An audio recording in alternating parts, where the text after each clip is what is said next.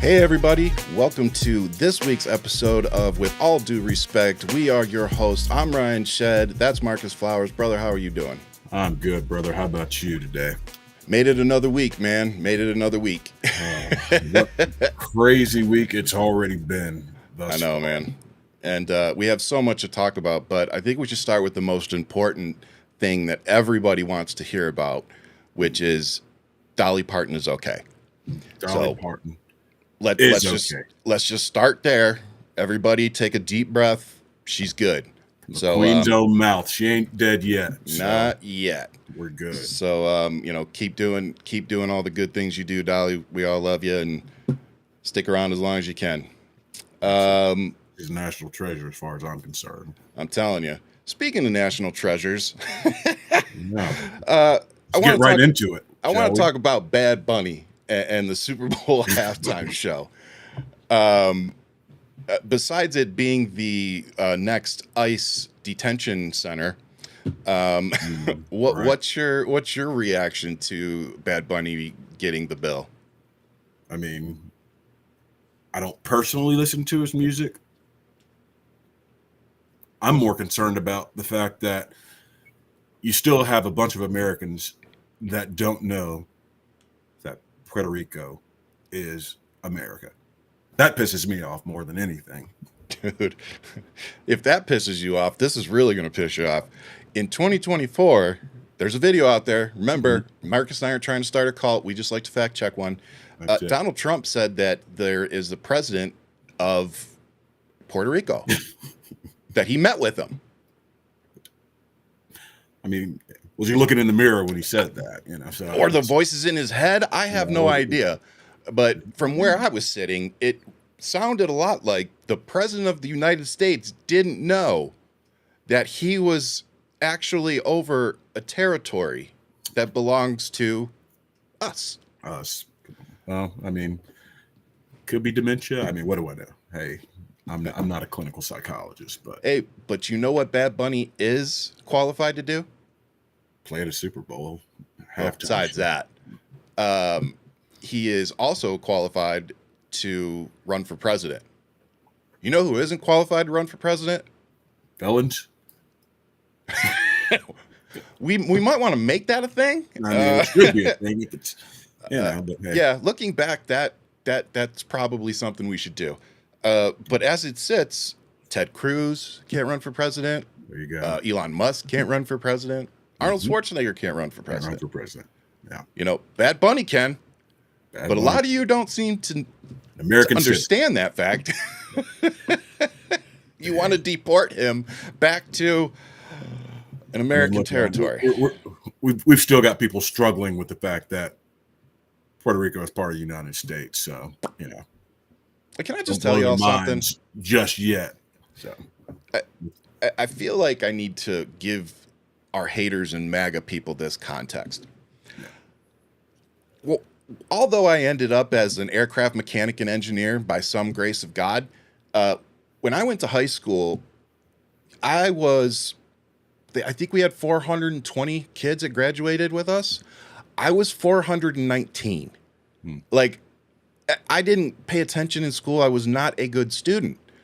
And the fact that I know more than a lot of you people do about our government, about world economics, micro, macro, holy crap. People, please educate yourself. Please.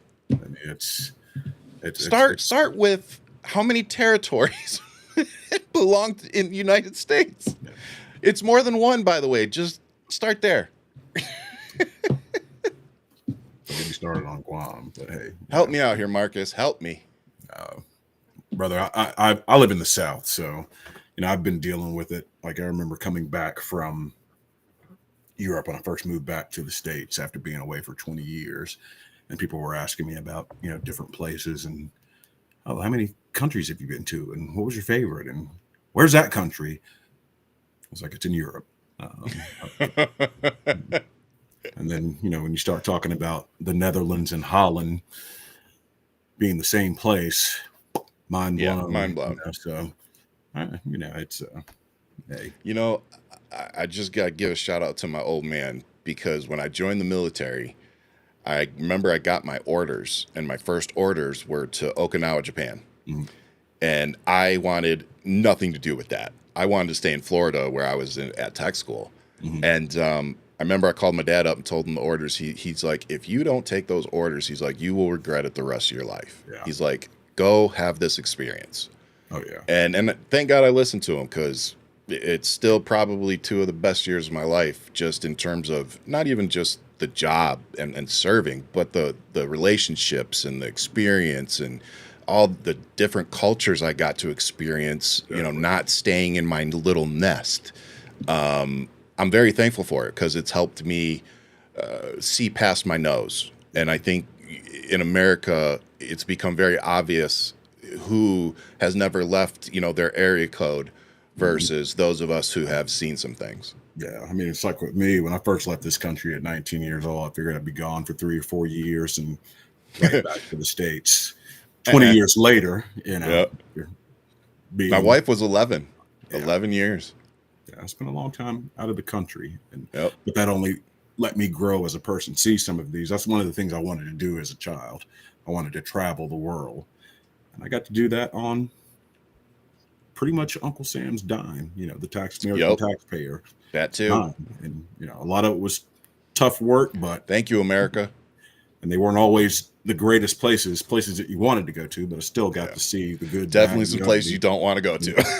Definitely a lot of places that I didn't want to go to. Yep. But I still got to see those things, and they all, brought their own value, shall we say. You get to see how people live in war-torn countries and third world countries, and you also get to see the flip side of that in countries where things are great and beautiful, places you want to visit. But it all made me who I am today, and helped me understand that at the end of the day, no matter where you're from, where you were born, where you live, where you're at, we all, people in general, the human race, the human condition, we all want the same things out of life. Yeah. That's safety, security, putting a roof over your head, food on the table, raise a family if you want. Trying to give your kids a better life than the one that you had. We all want the same things out of life, which is, and we've lost. It just feels like we've lost sight of that, and we're so far apart. Absolutely. On what we envision that should be. Absolutely. And it's funny. I remember when I went in the military, I was 21, so I waited a little bit, and I remember thinking this is going to be great. Like, there's not going to be a bunch of, racism and bullshit. Like, we're all just going to be one, blah, blah, blah. And it's like, yeah, that's naive and wishful thinking, but I remember like our first week, after a few nights, you kind of start talking, everybody kind of starts getting to know each other at night before you go to rec. And we were, like, a bunch of us were sitting around talking, and simple question, get to know each other. Why'd you join? Mm-hmm. What made you join? Everybody had something different. Some people are like, I needed the GI Bill. I want to go to college. Cool. Exactly. For me, it was, I needed a skilled trade. So I had picked sheet metal. And so, that was one of my driving forces. And 9/11, I went in beginning of 2003. So, I was trying to figure out my place in how we responded in that. And then I just remember sitting there and having these conversations. And the first of us were pretty, normal, typical stuff. GI Bill, skilled trade, job, house, whatever. I went in a bit earlier than that. You even had guys who said, well, this is to stay out of jail. Then you start getting to those, and it's like, the one that hit me the most was, a dude said, he goes, my dad used to come home every night and beat the shit out of me. He's like, so I figured this would be better. To get away. That was his response. And I just remember everybody in that circle sitting there silent for a second, because we all realized, like, most of us didn't have it that bad. You know, like, this dude, you know, just we all had that instant empathy of, okay, that's a little different. I mean, I always felt like the cheesy guy, you know, when everyone told their stories about why they got in the military. I was always like, well, it was really simple for me. I mean, I had uncles who served, and I saw them in uniform. Yep. I've wanted to do this ever since I was 7 years old. Family tradition. So, yeah. My dad served. My grandfather served. Yep. It's and same with my wife's. I tell people that, like, when we're having these arguments online, and these people are trying to call Trump and Musk and all these people, you know, better patriots and better Americans than me, I'm like, listen here, you clowns. Like, my entire family has given over a century, not decades, a century of military service to this country. That's it. So, like, we are not on the same level. Trump is not on the same level as families like Marcus's and mine. You know, when did he ever serve this country? He still ain't serving this damn country. First elected president. I mean, he swore the oath like we did. So, yeah, well, yes. Now, with this behind his back, you can question that quote unquote service, you know, whether it's good or bad.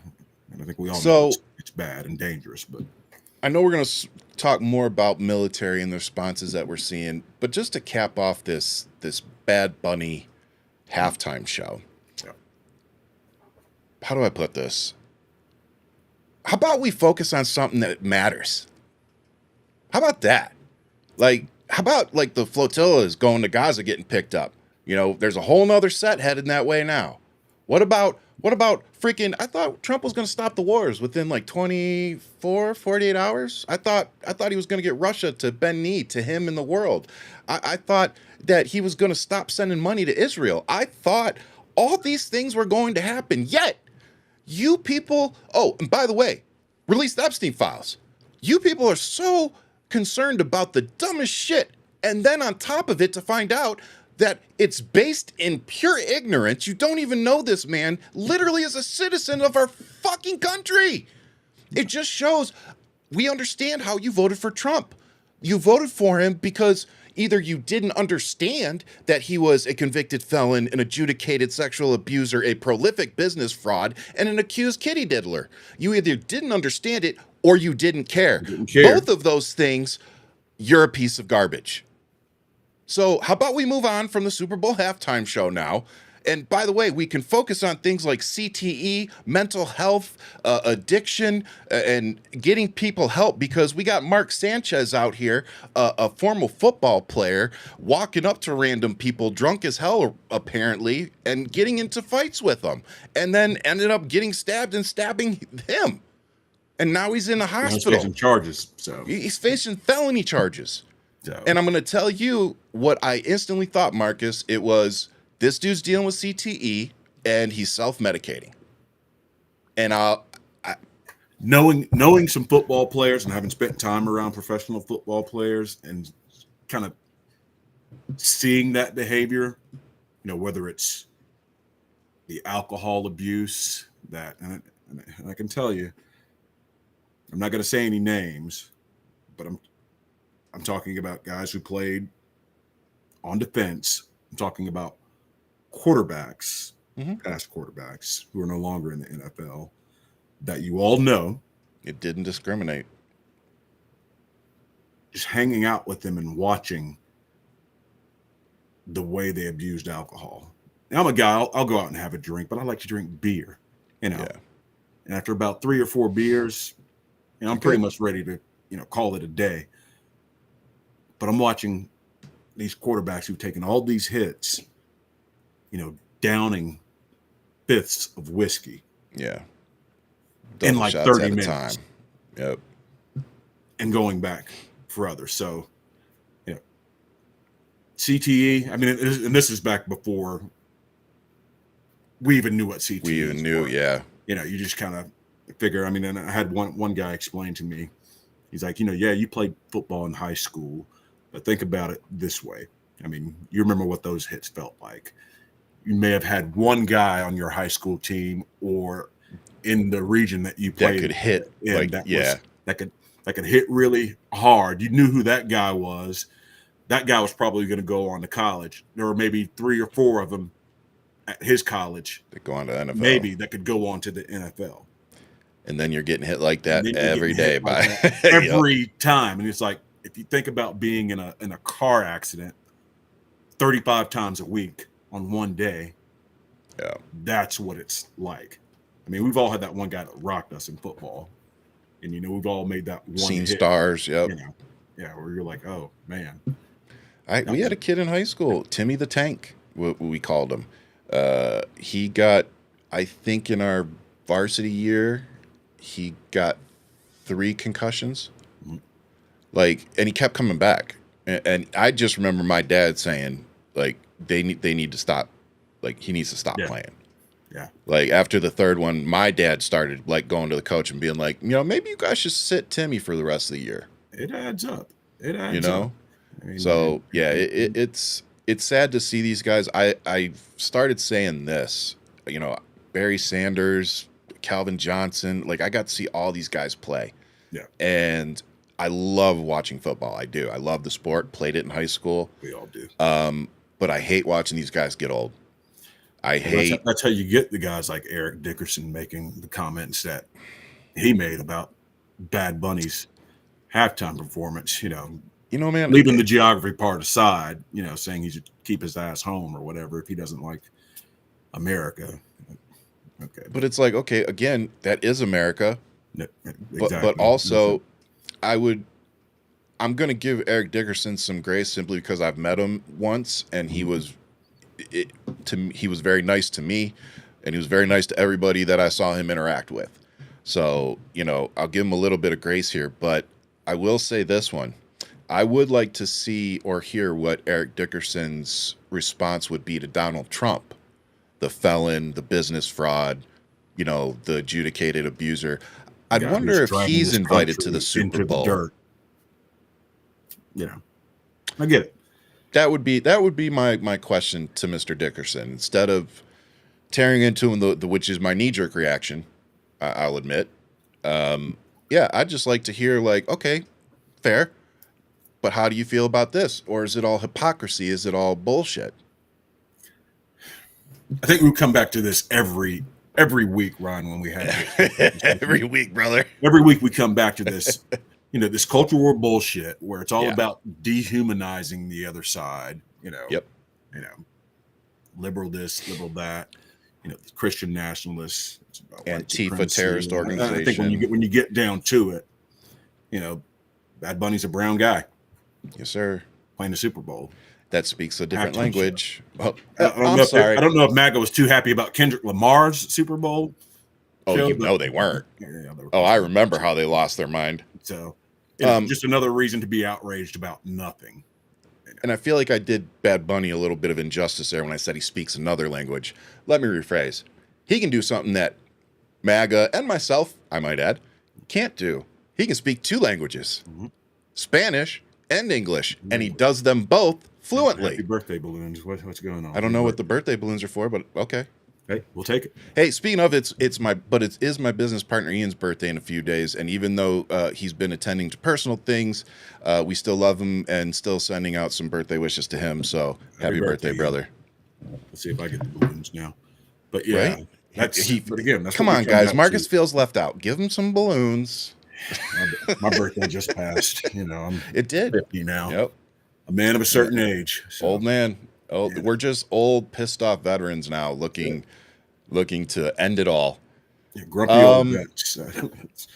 Well, speaking cold going on. Speaking of vets, yep. I'm just going to start out with a basic question. 2-part question. A, lay it on me. Did you ever think that we would see the military deployed into American cities? And B, did you ever think that you would see the National Guard from one state be transported 3,000 miles to another state for them to patrol a city? So the way I was going to answer that question is no. I never thought I would see the military deployed into cities outside of a natural disaster. Thank you. And those states requesting that help. Thank you. Never thought I would see that. And I just never thought the law would be broken that way. I mean, it's illegal. I mean, at this point, what's being done? It's being, I think it's fair to say that the law is being completely ignored at this point.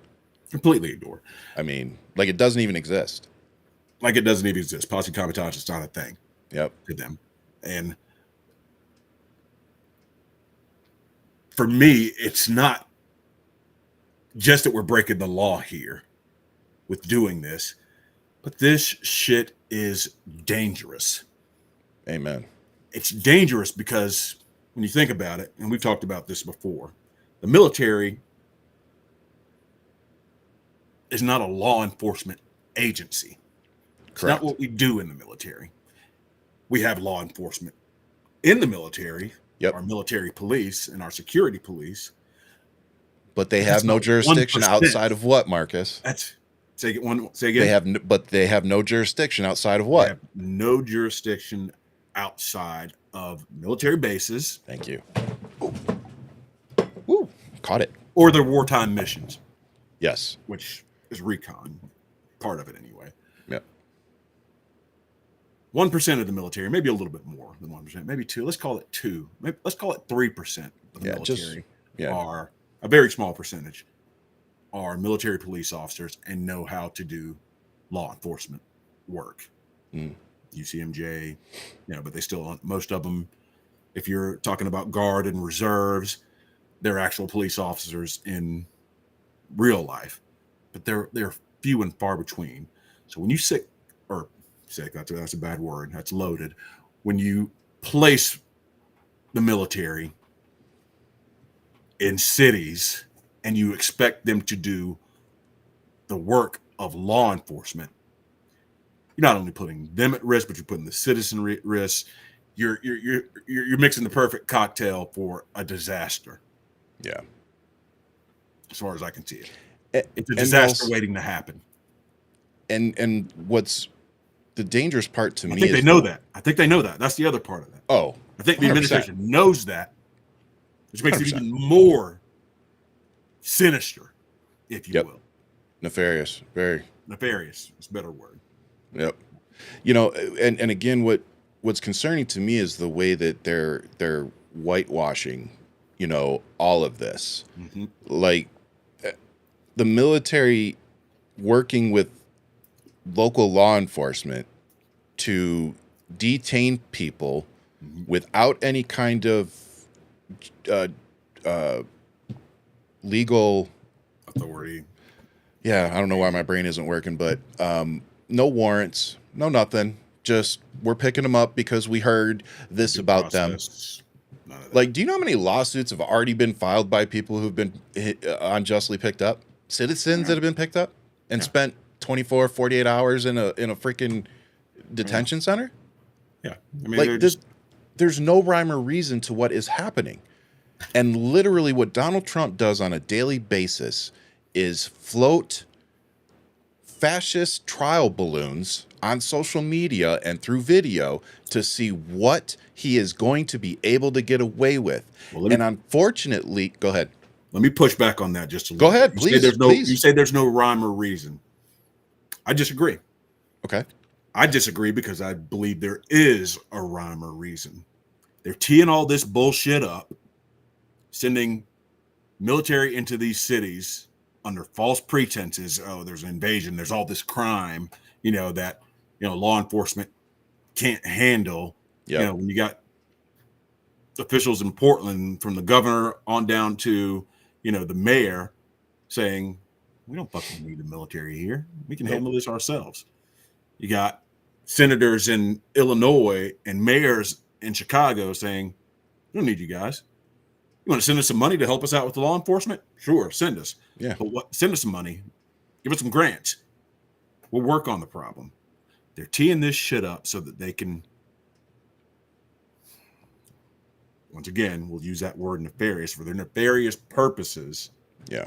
So that they can create an environment where something bad happens, and then Trump can have his wet dream of implementing martial law.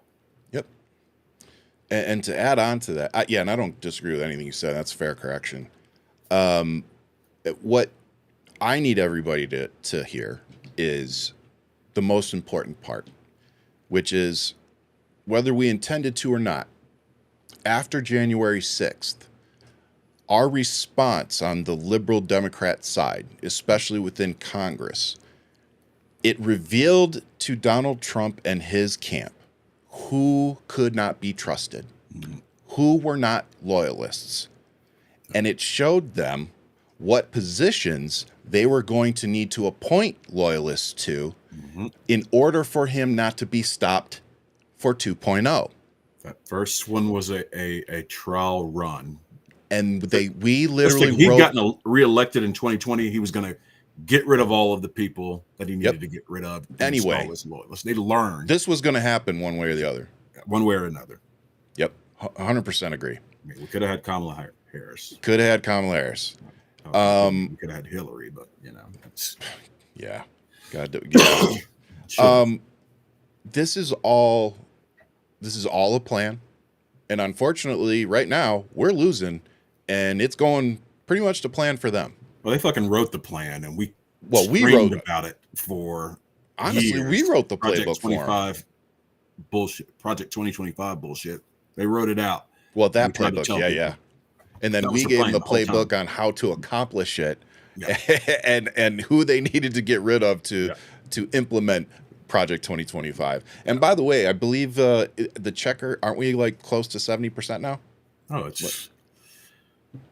Now you heard me say this not even before. a year. We're living in a time where I don't think we're living in a democracy anymore with everything that's going on.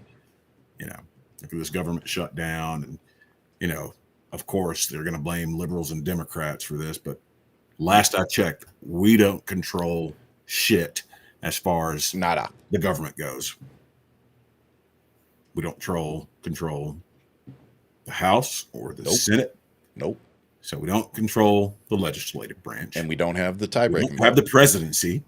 Nope. So we don't control the executive branch. And I'll be damned if we don't control the Supreme Court and don't have enough, I hate to say liberal justices or moderate justices, but how about morally centered? Well, they're supposed to be impartial, but that's not what it is anymore. No.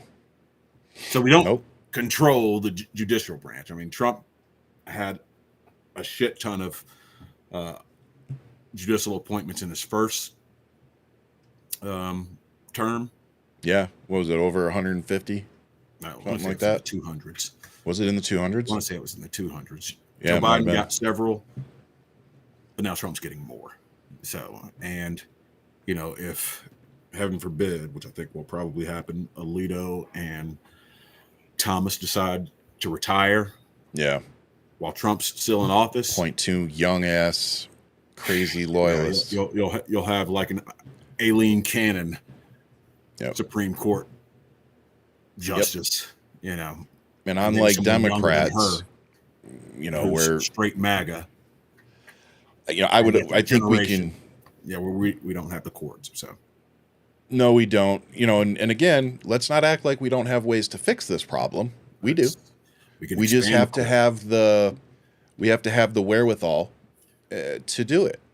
So intestinal and ovarian fortitude to make it happen, to expand the courts. I say expand them to where you can have 3 sets of 9 and they all mix up to hear cases. Yep. It's too diluted with political control at this point. You cannot have a Supreme Court be the checks and balance of our government when they're being influenced by said government, both financially and personally. Exactly. I mean, it's not possible. But again, An just oath look is at only Clarence as good. Thomas, just Clarence Thomas and Alito. Just look at the crap that they've gotten away with. This dude wants to get like literally challenge. What was it? The loving Loving judgment. marriage. He's in an interracial marriage. He's wow. Am I the only one seeing this? Like, because it's starting to feel like it. Like those of us who said they're never going to care about gun violence till it happens to them. They just watched like their Messiah take one to the neck, and not only are they not doing anything about gun violence, they're adding more guns to the situation and martyring him and saying it's why we need more guns. Really, they're always going to make that argument why they need more guns. You know, like we're approaching 2 guns per person in America. Like, we might be getting a little excessive. I mean, we all want common sense gun reform when we don't want weapons in the hands. Yeah, of those I'm not confident, and I'm sure you do too. I own firearms, guys. Like I'm not anti-firearm. I'm not anti-home protection. You know, I carry sometimes. Like I'm not against these things. You know, I have an AR that I purchased a year ago, saying I said for years I never would. But you are now seeing what Marcus and I were already seeing a year ago. Now everybody's seeing it. We saw it because we do this every day. Yeah. So we saw the red flags. We saw this coming. And it got to the point where the threats became credible enough that even my wife, who is anti-gun in the home, even she said, okay, because I told her this. I said, I no longer feel like I have enough firepower in the house that I could take on 2 or 3 people with if they show up with ARs. Yeah. I said, I need to have the same equipment. Yeah. And when I explained it to her like that, she said, okay. We both gained those skills when we were very young men. Me at 18, you said you joined at 21. Yep. I've kept those skills over the last 30, however many years since, I first joined the military, which is why I do myself own ARs. So multiple. So, and I'm, going to the range again. Like I'm trying to expand my skills because that's where we're at. And I'm going to the range for the first time. And I didn't feel the need to keep up with it for 5-8 years. It was just like, yeah, I've got it, but whatever. But I just hate the misconception and people saying Democrats or liberals want to take away your guns. I don't know. We own guns. We want control. We're tired of watching kids get shot in school. We're tired of people going to the mall and going shopping and getting picked off. We're tired of church. Come on, y'all. Nowhere's safe. Like kids literally on their knees praying to God in pews getting shot. That's not a fake story. That's not fiction. That happened. Just a few months ago here in this country. So far. Yeah. Unfortunately, it seems some countries are starting to try to copy our insanity. So I just want to wrap this up by pointing out that the Texas National Guard has been deployed to Illinois. How nuts is that? How nuts is that? That's insane. So basically, let me translate this for people. At least this is my translation. Donald Trump is going to governors that he knows are not going to push back and saying, I want you to send your troops to a Democrat-run city because I said so. In another state. In another state. That has never happened. Never. Yeah, it's ridiculous. Again, unless it was for hurricane relief, exactly. Something like that. Of course. Then then I think it has happened. But that's part of the mission. Exactly. So. You here to get a hurricane, you're like, anybody in the military or in the Guard or reserves, they're like, yeah, we're expecting that phone call. You expect that state's National Guard. Yeah, you're going to help out. And if that helps inadequate, other states can say, other governors can say, hey, anything you need. There's been times where active duty has gone out into the community to help guard. Like they've worked together because, like you said, there wasn't enough guard and they needed more people. Yeah. They just come on the base and they're like, all right, guys, we're bringing buses. Get on. We're going here. Cool. Let's go. That's it. By the way, they do the same thing when an airplane crash happens. Floods, whatever you need. Yeah. But, that's how far have we come from watching these same guard, reserve, military people in the videos rescuing people during hurricanes, like Katrina. I will never forget those images, and now I'm never going to forget the images of military law enforcement shooting people in the head with rubber bullets, Americans, clergy. Like these are men of faith out there trying to tell this law enforcement military this isn't the way. And what's their response? Here, take one to the top of the head. So a part of this, as I see it, we go back to that plan, where they're teeing this whole thing up. So part of that plan is to destroy the trust that the American people have in their military. Yep. That's part of the plan. Yeah. Because, for as long as I've served in the military, veteran, the American people have always thought very highly of the military. Everywhere I go, thank you for your service. Yep. My response is the same every time. It was my pleasure. You were worth it. Yep. Now with this administration, they're chipping away at that. They're chipping away at that credibility that the military has with the American people by setting up an environment where, like you said, mistakes can happen. Like I said, you're putting sometimes young soldiers, not always young soldiers, when it comes to the guard. Sometimes they're older. People who don't want to be away from their family for this kind of bullshit. Yeah.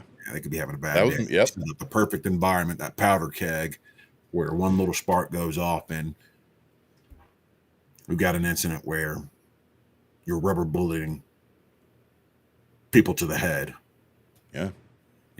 Or you're tackling people, and Americans are out in the street demanding it to stop.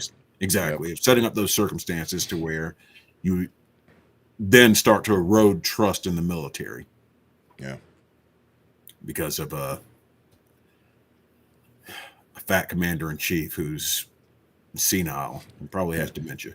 And a drunk department of freaking delusion. Yeah.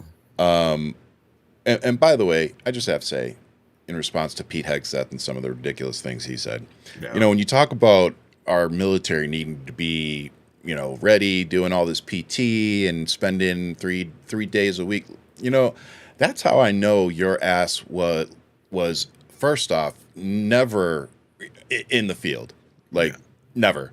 And the reason I say that is because you had a job being an instructor of counterintelligence. Basically, you were the asshole that made the slideshows that I had to watch before I actually, that I had to watch before I actually went out and did my job.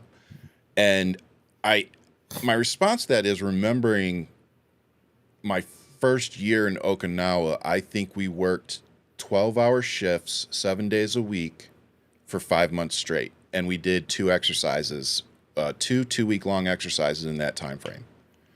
Yep. And not only did we not have time to go to the fucking gym, we barely had time to go to the chow hall to get food.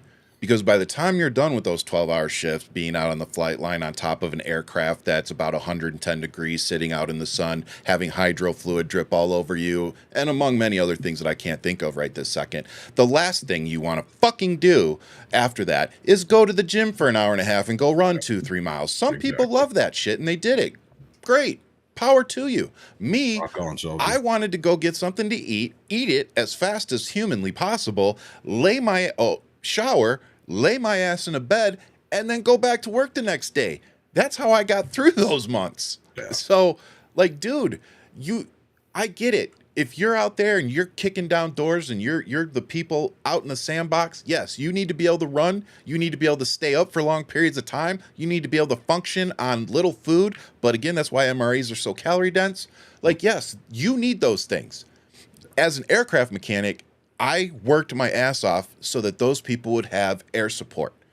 So to do that, I needed to get sleep. Because when you're working on those aircrafts and a patch flies off and goes into the engine and takes out the $38 million asset, and the pilot has to eject, which they usually only get to in their career, yeah, I can't say, I'm sorry, I didn't get enough sleep. You have to get your fucking job done. And my job was not to go work out. And my job did not require me to run fucking 3.5 miles every day. It required me to be able to read directions, drill straight holes, and actually give a shit about the pilot getting in the plane. Yeah, well, let's break it down even further than that. What about your linguist or your analyst or your guys that work in the PAC, which is the Personnel Action Center, taking care of soldiers, sailors, airmen, and marines? And that's a job where you come in the morning. You got people in and out of there. You know, you're processing their paperwork, taking care of these soldiers, sailors, airmen, and marines. Half of us are probably until 7 or 8 o'clock at night. Yep. Way past duty hours because something's always going on. You know, when you're in garrison or and wrong, and they've got people who are deployed and they're taking care of them and taking care of their stuff. Do you need to be jacked sitting behind that desk? Do you need to be jacked sitting at that station listening to terrorists who may be plotting against say Taylor Swift or collecting intel on some bad guys? Yeah, you need to be jacked for all of that. I mean, come on. No. But to even get away from that speech that he gave just shows me that he doesn't understand Army doctrine. When you're talking about, oh, we're going to do this, gloves off, and things like that. Well, the reason we don't commit war crimes. It goes back to that fucking credibility that we have with not only the American people, but with our allies and enemies abroad. The reason we don't commit war crimes. I'm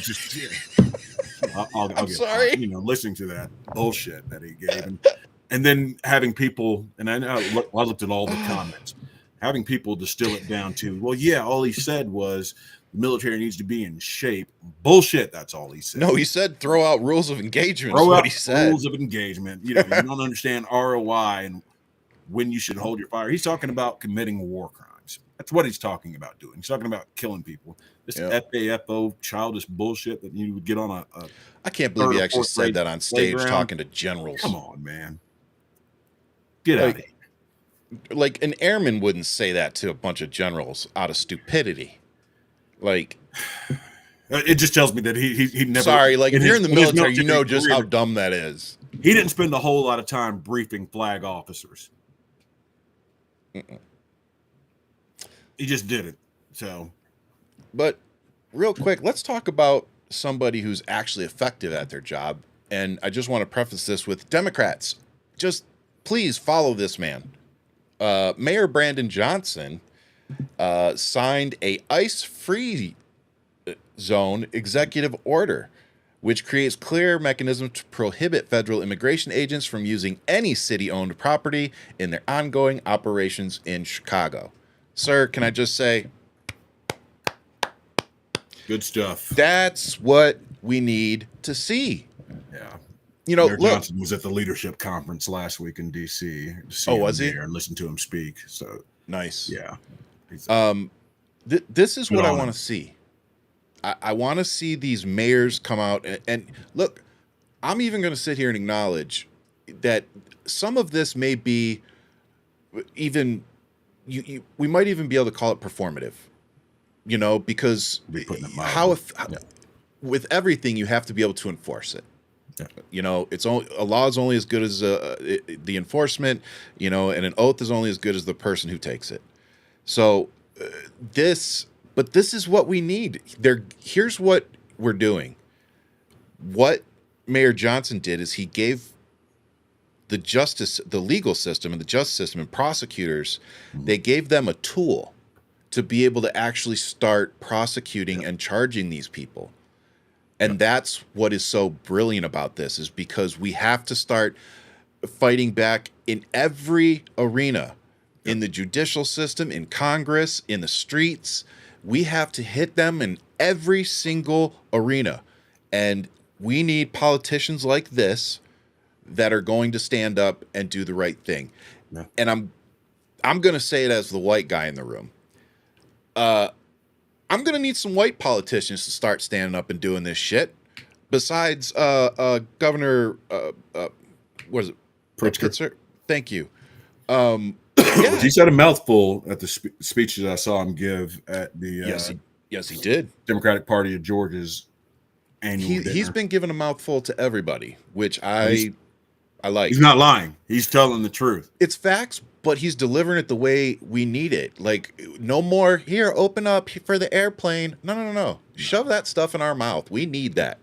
And that's what I like about Brandon Johnson. But again, here is a black man who has to deal with other things than us white people do. It's just the reality in America.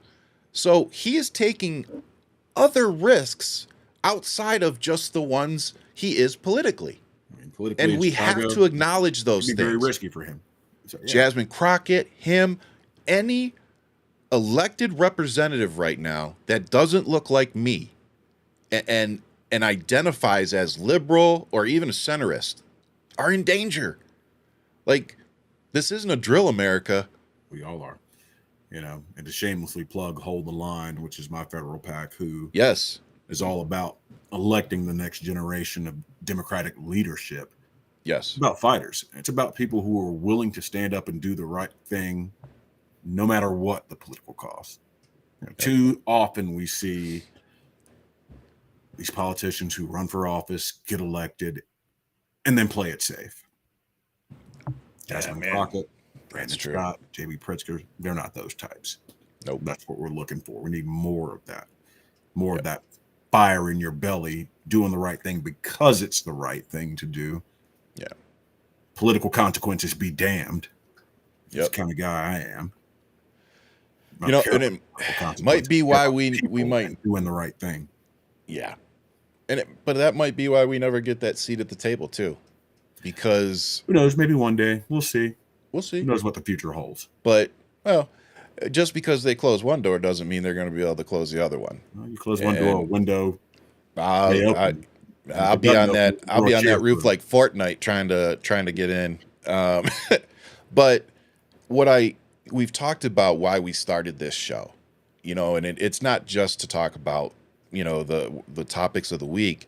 It's also to highlight people that we think need to be in Democratic leadership moving forward, because it's great for us to sit here and talk about it and build our platforms and inform people. That's great. We also need to build a plan for our future of the party. And that's going to be starting with, not even my generation, Gen Z and these younger kids. We got to start listening. We have to start planning, and we got to stop paying attention to the old guard. That isn't going to get us anywhere. And on this show, we've already brought on some great people, and we're going to continue doing that. And we actually would love to hear from you. Who's a local politician in your area, that you're either donating to or that you've worked for, campaigned for, that you would like to see us, bring on the show and highlight, because that's a big part of what we want to do. So, please, tell us in the comment section somebody that, you'd like us to check out and possibly bring on the show, because that's how we build the future. That's how we build a strong pipeline of future candidates that are already vetted, that already are going to have the support and are going to be ready to go. That's what we need. And honestly, the blueprint's already been done with people like AOC. They used a very similar blueprint with her. She hit the ground running. She did the work in New York, and she got elected. She was, 26, 28 when she got elected? No experience in the government, and she got elected to Congress. Like, first time out. as well. She's one of those fighters, agree with her or don't agree with her stance. There's things I disagree with her on. And she does good work. So she is for me personally, she is in our top 5 in the Democratic Party. And I'll just say liberals. She is in the top 5 in terms of social media reach, in terms of following. But the one thing that really impresses me with her, it's a couple things, is she knows what the hell she's talking about. Mm-hmm. You may not necessarily agree with her, but what you're not going to do is sit there and say that woman doesn't know what the hell she's talking about, because she does. And the other thing that I've always kind of paid attention to, and I always wonder if other people, especially men, notice this. AOC is an attractive woman, and she has a nice figure, and she doesn't. I don't think I've ever seen her dress in a way that was unprofessional. Not that I can remember. She always dresses for the job.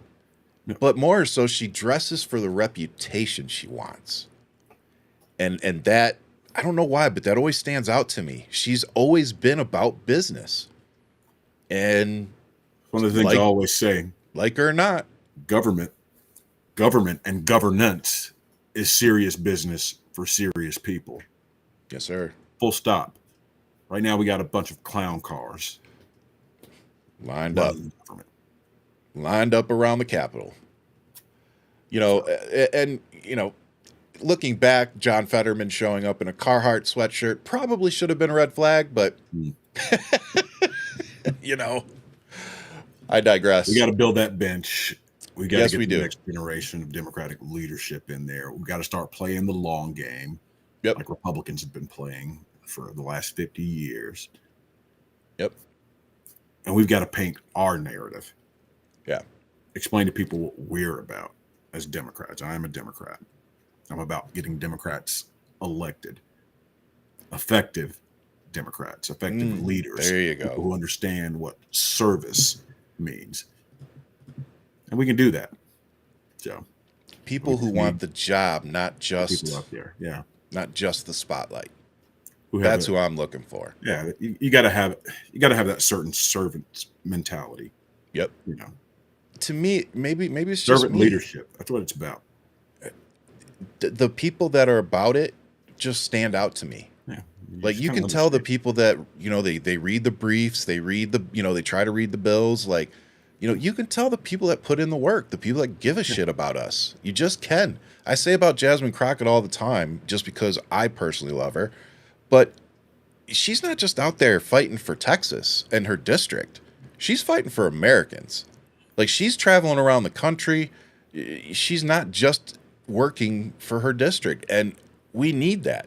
We need these members of Congress that have that bullhorn, that have that chair at the table, going around and getting people to understand what is really going on.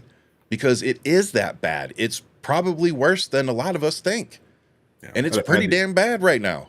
I had the chance to run into her a couple of times while I was in D.C. last week. The thing about Jasmine is she is singular. You're not going to get too many like her. I mean, she is outstanding on so many levels, and she can bring it and communicate in such a way that it drives that point home every single time. And it's that common sense, common tongue that people love, that authenticity that just comes through in her. So you're not going to see a lot of people like her, but she has that servant leadership quality.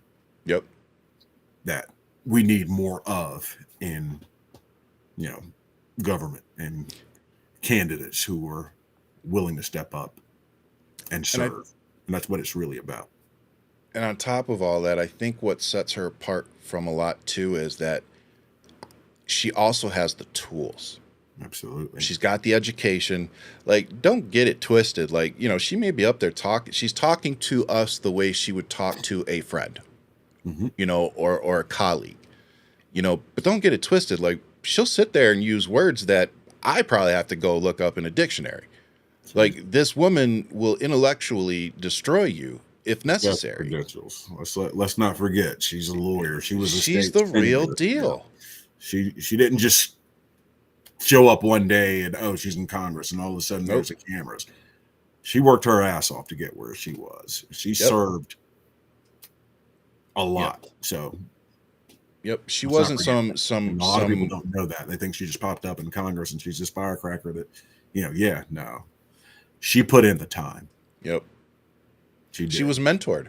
She knew exactly what she wanted. She was not a Lauren Boebert who literally the only reason anybody knew who she was because she got a viral video telling Beto O'Rourke that he's not going to take their guns. Yeah. That's literally the only reason anybody knew who she was. Yeah. No education, dumb as a fucking box of rocks, like. Yep. If not dumber, but hey. Convinced that somehow that thing is somehow more patriotic than people like Marcus and I who actually served this country. Like, she uses the flag and patriotism as a weapon. Yeah. Like, it's the most disrespectful thing you can honestly do as an American, but Republicans do it daily. So daily disrespect the flag, and you try and wrap yourself in scripture and the flag, and all the while trying to dehumanize others because of their political views or because you don't think they deserve to be on the same level as you. Yeah. That ain't patriotism. That's something quite different. Yeah. Yep. So I want to move on to James Comey. Yeah. Was arraigned today. Yeah. And unsurprisingly, of course, he pled not guilty. Not guilty, of course. To the trumped up charges, pun intended. What, lying to Congress? Come on. Yeah. And I would be remiss if I didn't remind everybody that this is the same FBI director who reopened an investigation into Hillary Clinton like 7 or 10 days before the 2016 election, which, in my opinion, was one of the nails in the coffin that helped Trump win. It was. And now, all of a sudden, opinion as well. We shared that. And now, all of a sudden, he's the arch nemesis of the guy that he essentially helped by doing something that the FBI and law enforcement, FBI specifically, said that they would never do, which is publicly release that they are investigating anybody that has to do with political elections. Was it within 90 days or 6 months or whatever of an election? Pretty sure it was I think it was 90 days. And they were within a week or two. They were within 2 weeks, definitely. And it was. I'm pretty sure it was like 10 days, but I mean, it was devastating to him. Even if it was in a month, it's freaking. Yeah, it was insane. And then now you're going to sit later and say, no, there's nothing there. And that happened, I want to say, like 2 or 3 days before. But people had already been voting for a couple of weeks. So. And made up their mind now. Yeah. So. Yeah, they didn't wait for the updated story. They rolled with the story. Yeah. And that was the whole point. And if you'll never convince me that it wasn't right-wing donors that pushed for that to happen. Of course. So the whole time it was actually Trump and Republicans weaponizing the FBI against liberals. And that's why I just, like, I can't even, I'm not one of those people that's like, we can agree to disagree. No, at this point, if you're a Republican that supports this shit, we can't agree to disagree because we're not our difference in opinion isn't on how do we fund public schools. Our difference in opinion is, should black people be treated as white people? Should immigrants be allowed in? Should we improve the system? Like, brother, you guys, I think we were way beyond that bullshit when the Access Hollywood tape came out, if not before. I think we were way beyond that. Yep. Yeah, we knew what this was about. There's so many things along the way that you can point to be like, really, that wasn't it. That wasn't the final straw. Okay. The red line keeps getting pushed further and further back, just to try and. It's just nice to see everything. that political persecution is in fact okay when it's Trump and Republicans. Just needed to make sure that it was only us liberals and Democrats that can't do that. Right. So you know what I'm going to need Democrats to do? I have a homework assignment for you. Okay. I need you to go buy this book. And I want to say this. I'm not getting paid for this in any way, shape, or form, and do not get paid in any way, shape, or form if you buy a book. The Political Brain. I need you all to go read this book. The whole book talks about why liberals lose. and it does it using the 2000 election, Florida, with Al Gore and Bush. Yeah. And it literally breaks down how Bush used emotion and people's experiences as Al Gore used information and data and graphs. And it explains why people responded more to the Republican and conservative approach versus liberals' data-centered approach. Yeah. And we got to get better at that. If you go read this book, we can reverse engineer it to understand exactly why MAGA responds the way that they do, why Trump is able to garner the support that he does. That this book explains it perfectly. Like, we need to understand that it doesn't matter how many court documents we show them. It doesn't matter how many videos we come up with. It doesn't matter how much audio we have them listen to. You throw at them. They are not going to change their mind because they are emotionally invested in this man. And there's nothing we can show them that is going to do it. But you want to know what they don't respond well to? When we play the same fucking game. Do the same thing. And when you it's not just them being emotionally invested in him. It's being emotionally invested in things like Christian nationalism. The ideologies too. Yeah. Nationalist ideology. Yeah, you're right. Like that. All of the things that he, quote unquote, personifies. He has the same grievances that they have, and he's on our side. And that can be a very emotional thing and pull you in, give you a tribe, so to speak. And you're part of that tribe. And for better or for worse, we're going to go down with the ship. Some of them think. So that sure does feel like what's happening. Yep. I wanted to touch on two quick stories before we're going to wrap up with Pam Bondi. Because that to me, every week it seems like we have something happen that's just like mind-blowingly dangerous, and like I sit there going, did they really just say that publicly? Yeah. Like, and then that following question usually is, and nobody's going to do anything about it. So we're going to get to that, but first, we've been blamed for the violent rhetoric and the political violence going on lately. Mm-hmm. We've been labeled Antifa, which has been now classified a domestic terrorist organization, even though there's not a thing, by the way. It's not an organization. It's just a word. Anti-fascism, by the way, is what it stands for. It's kind of something that we fought in World War II. It's crazy. That MAGAs, they hate Antifa, but if you call them fascists, they don't want to be called fascists. It's like, either. I'm anti-fascist. You're clearly fascist. Why are you upset? Fascist? Are you anti-fascist? Does that if you're against us who are anti-fascism, that makes you a fucking fascist. So, but hey, they don't get the irony there. So what do I know? Apparently, we don't know much, dude. We're not good with words and stuff. So I say that to say, a white kid got into a car, drove like 70 miles or so, and decided to murder a few girls. And do you know what the motive was behind that, Marcus? Tell us.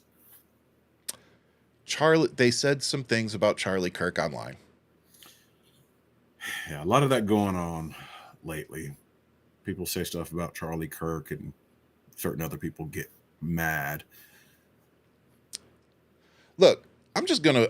Most of the time, they're telling the truth about Charlie Kirk. And it's pissing people off. That's the thing, like, guys. We're just repeating what the dude said. Yeah.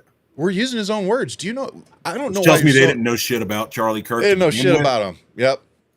They just jumped right on that bandwagon. Jumped on that conservative bandwagon. Yeah.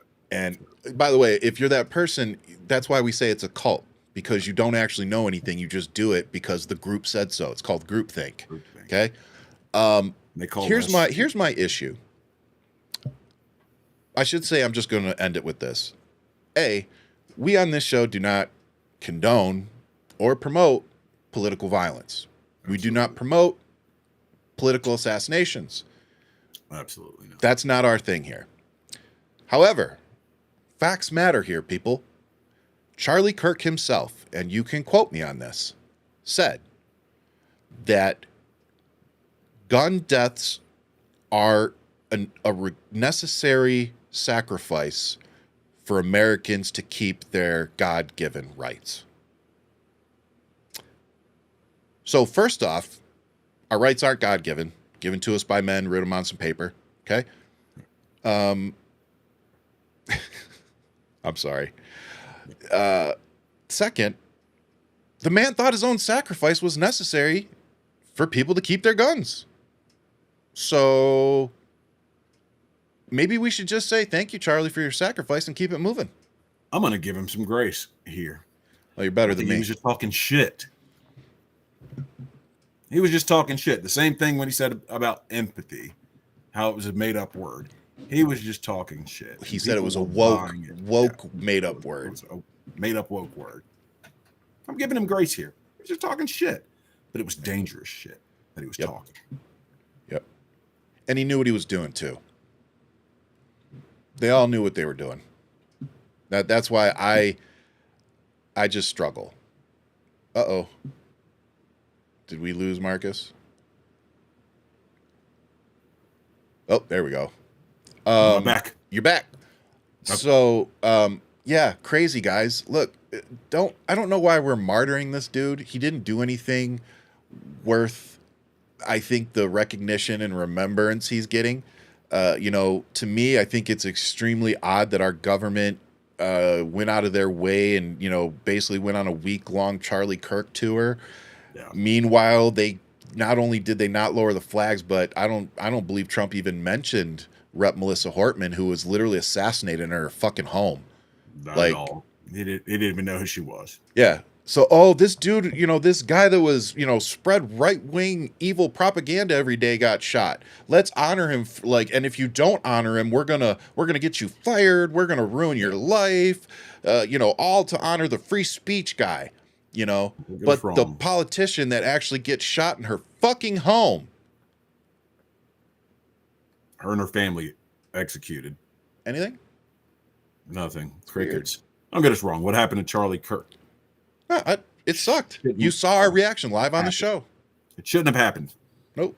It also shouldn't have happened to Melissa Hortman and her family. Yep. And again, I think that makes it's either 2 or 3 political assassinations this year alone. Again, little homework for our listeners. Don't take my word for it. Go Google how many political assassinations there have been in the last 20 years in America. And if you want to do it even farther, go back 50 years. This is not normal. No. What we are living through right now is not normal. Like, we keep using these words called unprecedented. I know we're all tired of hearing it, but we have to keep reminding everybody that this shit is unprecedented. And when unprecedented times come, unprecedented actions are required. So strap up, people. This isn't a drill. We have to engage. We have to engage. Now, I say that, and I want to just add on, I am not at this time saying that people should be going out and physically fighting back with these ICE agents and military. That isn't going to end well for you. And it isn't, I don't think it's going to do much in accomplishing our mission. So I don't think that that's the answer right now. So keep doing what we're doing in terms of showing up, being peaceful, making them arrest us and shoot us with rubber bullets because we're using our words, because we're holding up a sign, because we're using our right to protest and our First Amendment right against this government. People need to stand up in those communities and keep pushing back. Those videos go viral on my Instagram. I keep showing them. Send them to me. I'm showing them. Show them what's really happening. Show them dancing in Portland at night, dressed up as dinosaurs and fucking Pokemon. Like, I thought that one was hilarious. It's perfect because I got a friend of mine who sent me a thing, and she's like, I'm in Portland. She sent me video. She's like, this is Portland tonight. Like, not the part where they were pepper spraying in the air holes in there, but no, yeah, just she's like, Portland's not burning down. She's like, this is crazy. And her whole thing was, she's like, there is nothing happening in Portland that would justify the military or law enforcement deployment that they're seeing. remember, Period. they're teeing this up and using that as a premise to do something more sinister. Keep telling them, Marcus. Every day. Open your eyes, people. Wake up. That's what they're doing. I said with the dangerous language, the reason I even got into politics, I saw the dangerous language and Trump teeing up election to dispute the election. He was teeing it up with Hillary Clinton. He messed around and won because he had some help, but he was teeing that up. Then he did it afterward to say, oh, the election was stolen. Biden didn't win. Well, you also challenged one of the most hateful individuals in Congress, too. Yeah. So, all right. Hopefully we can get her out of there sometime soon. Yeah. So I have to mention this because I really try to pride myself in also holding our side to at least the same standard, if not higher. So, story came out that oh, that's not the right one. Sorry, guys, hang on. Are we back to the Bondi thing? No.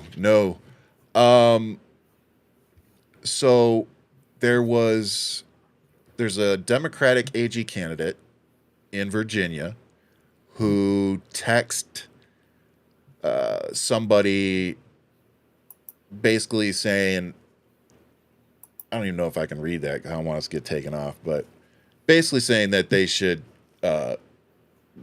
be taken care of. They should be assassinated. Yeah.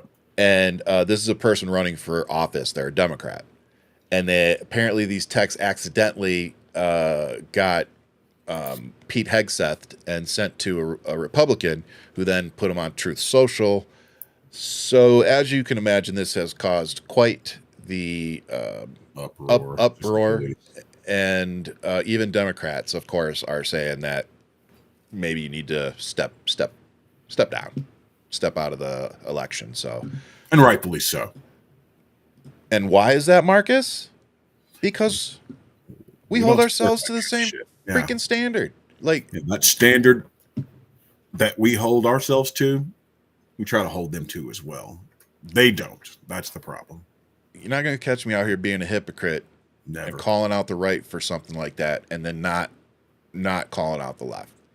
Like, look, I say all the time, like, I thought we should have handled January 6th people much differently, like using 18 U.S. Code subsection 2381 on treason. And if you go read what our legal recourse would be there, I think we should have used it to the fullest extent of the law. Well, that's the closest you're going to get. The day after, it was sedition. Yeah. And hell, even Lindsey Graham, even Mitch McConnell, they all said it. They all said it right there on the floor. It's amazing how things change over time and as money starts changing accounts, isn't it? No, it was dizzying how quick McConnell did a 180 on that. And Lindsey Graham, when he said he was out, I'm out. I can't do this shit anymore. Yep. Still doing this shit. Well, I wanted to end today on Pam Bondi and her hearing going on in Congress today because it's been as big of a shit show as I thought it would be. Yep. Let's start there. Before we show one of the videos that I think was, I feel like people weren't really paying attention to this comment when she made it, so I really want us to highlight it. But before we played it, do you have any? Let me just say, all right. Well, with all of those hearings, there's a little bit of shit show baked in. There's a little bit of grandstanding and things like that. Yeah, sure. That's always gonna be on both sides. But I don't think I've, at least not in a long time, seen anyone take the bait quite like Bondi did. I mean, she went for it. Full hook, line, and sinker. Hook, line, and sinker. Just took the bait. I mean, that was You know, and she made it personal. She didn't have to be that way. You're not going to answer questions. You're not going to be transparent. Cool. We've seen that before. Yep. We see it all the time. It's all you guys do at this point. That's it. You know, deflect. Cash Patel crying, Pam Bondi screaming. Talk about whatever you want to talk about. We get it. We know how this works. We're not naive. But to take the bait, I mean, that's... Continuously, too. Not just once. Continuously taking the bait. Yeah, there's not just one viral, like, response. There's, like, 5. Yeah. But wonderful... She's not a rookie, but she was damn sure acting like it, you know. Like that's a good way to put it. So... Go ahead. That was a rookie move. Yeah. So our wonderful producer Keith, if you wouldn't mind putting up the clip we want to highlight here of Miss Pam Bondi. Your city has a murder rate 5 times higher than New York's. 571 homicides last year. If you were serious about protecting your people, you would be asking this administration for help. You're saying that we're coming into your state and your city. We're there to help make America safe and Illinois safe, whether or not you want to. I believe cutting federal grant programs to law enforcement in my state and across the nation does not make us any safer, and you've done just that. Ooh. Way to come back, Senator Durbin. Yeah. She threw a jab. He hit her with a freaking hook, man. Yeah. Like, again, people, listen to what they're saying. Yeah. Like, they're telling us. We're coming into your state and your cities, whether your mayors and governors like it or not, whether residents like it or not. Like, we're here to help you. No, you're not. No, you're not. You're there to push an agenda for Donald Trump. You ain't there to help Americans. And I want to, again, remind people, fact check me. You know, the Supreme Court has ruled. Is it really an agenda for Donald Trump at this moment, or is it an agenda for probably a fair correction? The people over at Federalist Society and yeah, it's definitely not one person. He's just the Project 2025 cohorts. Yeah, he's just the delivery tool. Oh yeah, that's all Trump is. The gander. They talked about how out of it Joe Biden was for 4 years, and he wasn't the president. Now they were making all kinds of stuff. Dude's got stage 4 cancer, and he's still better. Yeah, still better. And, did you see the recent thing? I mentioned Don now, so now the right today and yesterday is saying that Joe Biden doesn't have stage 4 cancer, that he's lying about it. There's no way he'd still be out at doing speeches and going to baseball games if he had stage 4 cancer, and he's doing it to avoid being charged. Oh, well, I can't keep up. Please make it stop. Just, can't keep up. It's something new every day. Something dumber every day. So. Like, holy shit. And I want to end with this. This is probably the most important thing that this show is going to say today. The Supreme Court, on a regular basis, has ruled on cases stating that law enforcement has zero responsibility to protect us, the American citizen, that their job is to protect property. Let me say that again for you guys. The Supreme Court has told law enforcement that their job is to protect property, not American citizens. Okay? That protect and serve thing means nothing. Now, let me add this to the property. I don't know. Pretty much, yeah. We just left out one word. Now, I want to add this to the equation for you. Donald Trump and the Republican Party have given law enforcement and military full force orders. Marcus, can you remind the class what full force means? So, maximum lethality against Americans. Against American citizens that don't agree with the current government. Here's another way to put it. Extreme violence. Yeah. So look, guys. It's the job of the military to be lethal. Yeah. That's our job. Lethality. It's our job to use extreme violence where necessary. Yep. Extreme violence results in death. Yep. So, you know what I was thinking about today? but in Mike? other words, Trump's order was to use extreme violence against American citizens. Even if You it's want to think about it that way. yeah, even if it's you not going home. Yeah. Crazy. But you know, listening to Pam Bondi and she's saying maybe if you wanted to protect your people, you would ask Donald Trump for help. You know, it's really funny. Maybe if Republicans and the GOP wanted to protect kids, they might actually do something to stop them getting shot at school. Maybe they would take these same type of drastic actions to protect our children or just Americans in general getting shot out in public. But it's funny, we don't seem to act like that.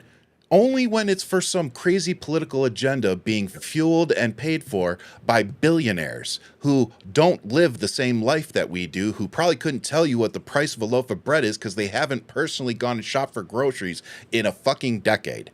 Right. So, look, guys, we aren't the enemy here.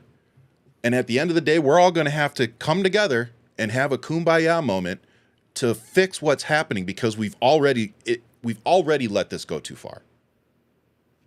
Like we've passed the point of no return, in my opinion. So if we don't come together, guys, this could be it. Like this isn't hyperbole. This isn't a joke. So keep coming back to the show. Make sure you subscribe because we're going to start bringing on these political candidates that actually have the courage, the wherewithal, and the desire to use the megaphone that we're going to give them to fight back against these people. Because at the end of the day, there's only two options. We either fight back legislatively through elections and voting, or we take the fight to the streets. I would much rather see us be able to accomplish this through voting and putting the right people in place to take care of this legislatively and at the Congress level. But if that can't be done, I want us to just be prepared for what could happen next. So make sure you all tune in next week because we will definitely be keeping you all informed. Marcus, do you want to tell them about October 18th real quick? Our next No Kings rally is going to be all over the country, guys. And I know you are, if you're like me, you're getting those text messages and emails about supporting getting peaches for college kids. I implore you to do that if you can. Need all the help we can get out there. Yep. All right. Godspeed, everybody.